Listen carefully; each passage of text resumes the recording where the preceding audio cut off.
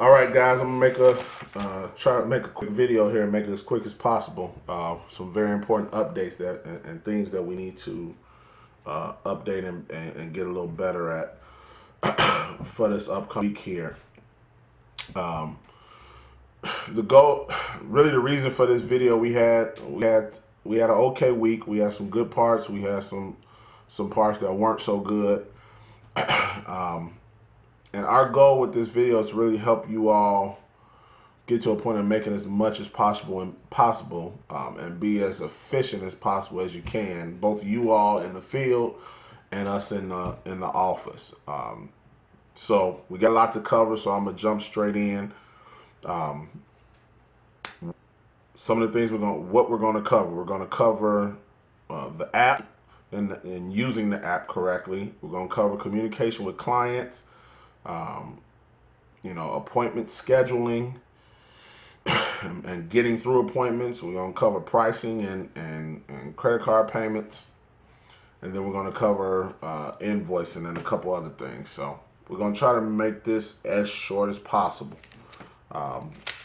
But pay close attention, write some things down if you need to, because we really, after today, we shouldn't have to cover this again. We're going to go through it kind of in detail. So let's jump straight in. First thing I want to talk about is communication with clients. When we're scheduling appointments, and the way our people that answer the phone schedule appointments, in 80% of the cases, not in every case, but in 80% of the cases, there's really 3 time blocks that we try to schedule appointments in: a 8 to 12, a 12 to 4, and a 4 to 8. 8 to 12, 12 to 4, 4 to 8. Those are the time blocks. When you're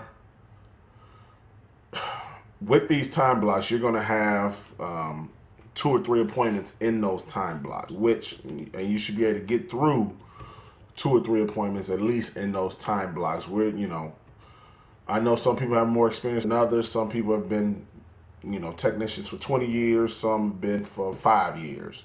And everybody's expert or experience is not. Even though you all have experience, everybody has experience repairing. Everybody's experience is not necessarily in the field from appointment to appointment repairing. So it's important that we talk about this a little bit. It's important that you get through these appointments as quick as possible. We really would like to see you be able to get through in a work day 8 to 10 appointments. Now, that's not saying that you're going to have 8 to 10 appointments every day. Those people that have to put those numbers through, a lot of times they're getting paid hourly, or they're getting paid, a small amount. They're not getting paid 50-50 with companies that are requiring that you do that volume. But we like you to have the ability to do it, because on some days you will have it. You may have 8 or 12 appointments. Or maybe not 12, but 8 appointments, 10, 7, whatever the case may be, and you have to be able to get through them efficiently. Our goal as a company is to make it more efficient by having your territory, for lack of a better term, be smaller, so that you don't have to drive as much or go as far, maybe to some different appointments. But you need to be able to get through those appointments as quick as possible. That's very important. But when it comes to communication with clients, you might have 2 or 3 appointments in this 8 to 12 time slot. We need you to call each appointment in the morning to let them know that they're on your books for that day, even if they're not the next appointment. Okay? So you got 3 appointments. You call your first one and say, "Hey, this is Danny with the appliance repair company. Just calling to let you know that I'm headed away. I'm about 30 minutes away." You call the next appointment while you're driving and say, "Hi, this is Danny with the appliance repair company. Just want to let you know that you're on my books for today between 8 and 12. I got 1 appointment ahead of you, and then I'm headed to you after that. I'll give you a call when I'm 30 minutes away." You call that third appointment, say, "Hey, Mrs. Client, this is Danny. I'm with the appliance repair company. Just want to let you know that you're on my books for today. I got 2 appointments ahead of you. But I'm going to give you a call when I'm 30 minutes away, so that, if you need to do some running around or whatever, you can. I'll give you a call when I'm 30 minutes away."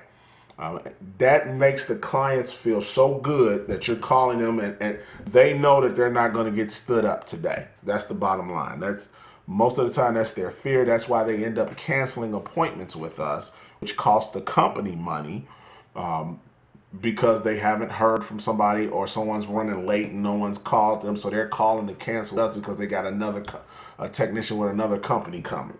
And we can't have that. So it's very important that you all call all of your appointments in the morning for your morning slot. When you get into that afternoon slot, you do the same thing. Even though you might be finishing up at somebody's house at 12, 12:30, whatever the case may be, you got a 12 to 4 o'clock slot. You should be calling them and letting them know, hey, I'm just giving you a call. You're on my books for today between 12 and 4. I'm finishing up appointment now. The whole thing, the same thing again. And you do the same thing if you have any 4 to 8 appointments. We usually don't have a lot of 4 to 8 appointments, but you might have a couple. But they're in that territory, so you really should be able to get to that. Your goal should be able to knock out all of your 8 to 12s and your 12s to 4, so that at that 4 o'clock point, even if you got 1 or 2, you should hopefully your last 12 to 4 appointment, you're not still there at 5:30, 6 o'clock. Hopefully you should be finishing them up around 4:35, so that you can get to that appointment early enough so that you can still finish early. So the goal is to have you be able to be as efficient as possible by keeping you in a certain territory, if you will, for lack of a better term, and having you all be able to get through the appointments as quick as possible, and keeping communication with the client. If you're running late, let them know that you're running late. If they're in your 8 to 12 slot and it's 12:30 and you haven't even gotten to them yet, it's too late to be calling them. You should be calling them before 12, letting them know you're running a little bit behind, but you're headed to them next. That makes them feel good, and what we found is that will have them, that can be the determining factor sometime between them saying, yeah, do the repair, and no, I don't want the repair, because they feel like someone's been in good communication with them, or someone has not been in good communication with them and was late to the appointment. So that's important. That's very important. So we talked about communication with clients. We talked about the appointment scheduling and how we schedule appointments. Let's go into the help desk, help desk. Overall, in general, I've talked to pretty much everybody about this 2 or 3 times. For the most part, you all really still aren't using it. And we have to have you using this appointment. That's the bottom line. If you're going to do appointments with us and you're going to be one of the techs that we work with, you have to update this on a regular basis. So I'm going to go through some detail on how simple it is to update it, and I broke it down a little bit for you to try to make it as simple as possible. So let's look at Judith here. Okay, let's keep this very simple. Judith, these are the 5 steps to working with, or the 5 steps with Help Desk. It's very simple. The whole point of me breaking this down to the ridiculous or to the most simplistic way of looking at it, is so that you don't have, the goal is for you not to have to do all of it when you get in your car before you leave. However, it is so simple that even if you did it at the last minute, which is not what we want you to do, you should only be sitting outside a client's house 4 or 5 minutes updating the app. All we're asking you to do is to spend 4 or 5 minutes updating this app with every appointment. Okay? Very simple. But to keep it even simpler and to keep you moving, smooth transition through the appointments with the app, the beautiful thing about the app, and I told most of you all this, the beautiful thing about the app is once you click the app and once you open it and you're in it, even if you close your phone down or your screen goes black and now you're ready to go back into the app, you get back on your phone and press the app icon, it picks up right where it left off. So you should be able to continuously update as you're on the go. So when you're on the way to the appointment, once you're leaving your first appointment and you headed to your next appointment, you update the status in the app from new to open. Now I know it's going to look a little different on your screen because this is the computer version versus the phone version, the app. But you simply change this from new to open. Once you get to the client's house and you're about to go in, before you get out the car, if you create this routine, you will always do it. Before you leave the first appointment, headed to the next one, you change it to open. That lets us know that you're driving to the appointment. Once you get to the appointment, before you get out the car, change it from open to open in progress. That lets us know that you're in the client's house and you're about to start doing work, okay? We don't have to call you to figure out what's going on. We know what's going on, okay? The third thing, once you walk up to, now that you're in the client's house, you got to do work on their washing machine. You walk up to the washing machine, or well, let's just say refrigerator, since this one is refrigerator. You got to do work on the refrigerator. You walk up to it. Now it's simple. You get the model number. You put the model number in, MX2319. You got the model number in. Now you start to diagnose the refrigerator. You realize that a part is needed, right? You're going to call the part. So step 3 is to put the model number in. Step 4 is to put the part number in. Once you've called the part store, you got the part number. You can even do it while they're looking up the pricing for you. Put the part number in. 1, 2, 3, 4, 5, 6, 7, 8. You put the part number in, okay? Now, keep in mind, every time you do this, you have to click save. The save button's over here on the computer. I'm not going to click it for the client here, but whenever you do something in the app, get in the habit of pressing save. You change the status to open, press save, so that if you don't press save, it's not going to change it when we look at it on our end. So you got to press save. For every change you make in the app, press save. So this is the fourth step, putting the part number in. A lot of times, I'll put the part number and I may put a little dash and just put the price of the part, $69.53. And just make sure you put a $sign in there so we know it's not a part of the part number for whatever reason. So, and then a lot of times I'll do it. You don't have to do it like that, but that's just an easy way of keeping up on the exact price of the part. Put in the part number or service performed, whatever. So that it's very simple, guys. Put the part number in. Just do it as you go. So now that you're closing the appointment out, right? Now we're getting to the 5th step, right? After the client is paid. So we've updated the app from open to open in progress. We put the model number in. We put part number in. And now we are changing the status now the client is finishing up. You update the app with everything else. You can do this, once you go and sit back in your car, right? You go sit back in your car. Let's say the client has paid you. We told her it was $69 for the part. So we told her the price was $270. She agreed on it. She paid us $150. She paid us with a check, and her balance that she'll owe when you come back is $130. And there is definitely a return needed because you got to come back and put a part in. And then the requested time, whenever we come back, she still wants to do between 8 and 12. That's simple. Okay. This lets us know you finished the appointment. And then you put in here in service, part needed, or part needs to be ordered, whatever part is, whatever the case may be. You just update whatever service you performed in there. Pretty simple. And always click save. Always, always, always, I can't stress the importance of this. Always click save. You should be in your car putting this in, and then once you finish that, you click save, you click on your next appointment, and you change the status from new, or it might say new scheduled.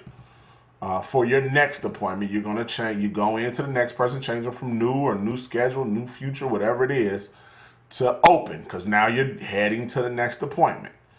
Okay, pretty simple, pretty straightforward. It is very, very, very, very, very important that you all do this.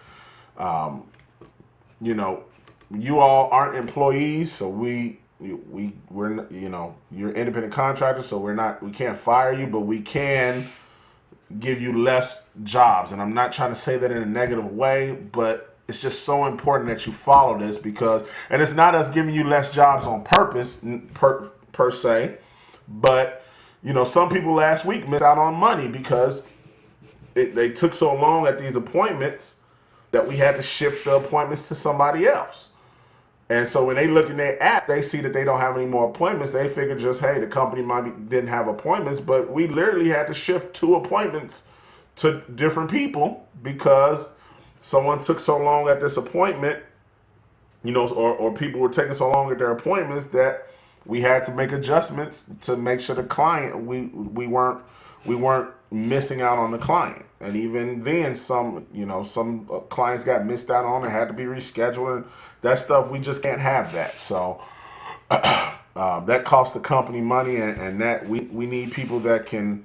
We try to make it as simple as possible. We invest in this software and these different things to make it as easy as possible for you all to get through stuff. So we just really need you to take it serious and make the updates so that we can keep track of where everything is at. Okay, pretty straightforward, pretty simple. Let's get into pricing here.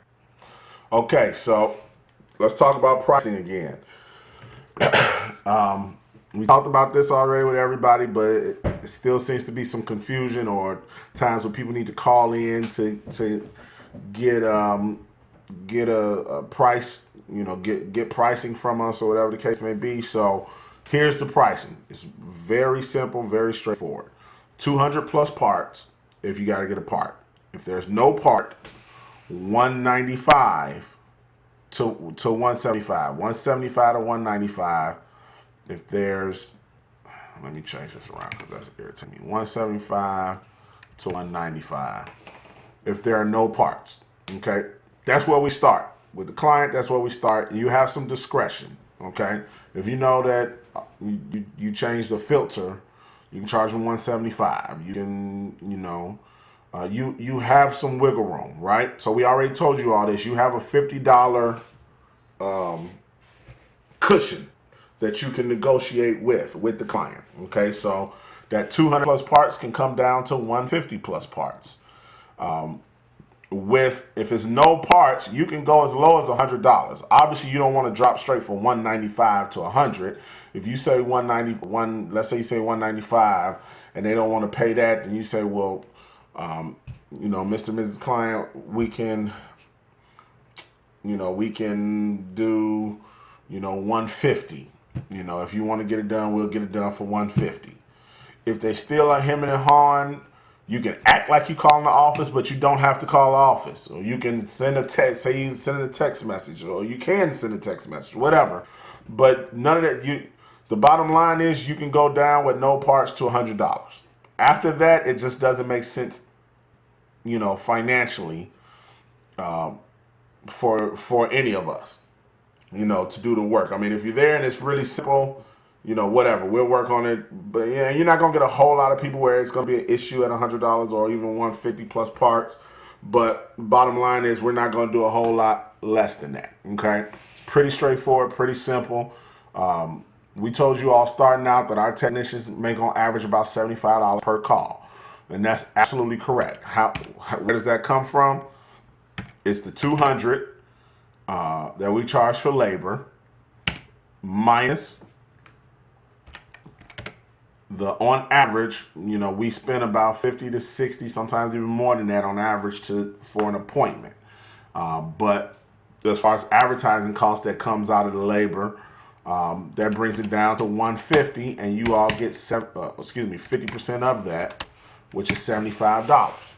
You're making $75 on average per call. So once you get down to $100, you still got to take out the marketing costs. Now you're making $25. The company making $25. It really doesn't make sense past that. And that's why we won't go down to. We try not to go down to $100 with parts because now you're making 2 trips. It just doesn't make sense. So That's the pricing. Stick to that. 200 plus parts, 175 to 195, no parts. You can go down to 150 plus parts. You can go all the way down to $100 if it's no parts. You know, in stages, maybe from 175 to 140, maybe from 140 to 115. You know, well, you know, if you got to go down to 100, you go down to 100.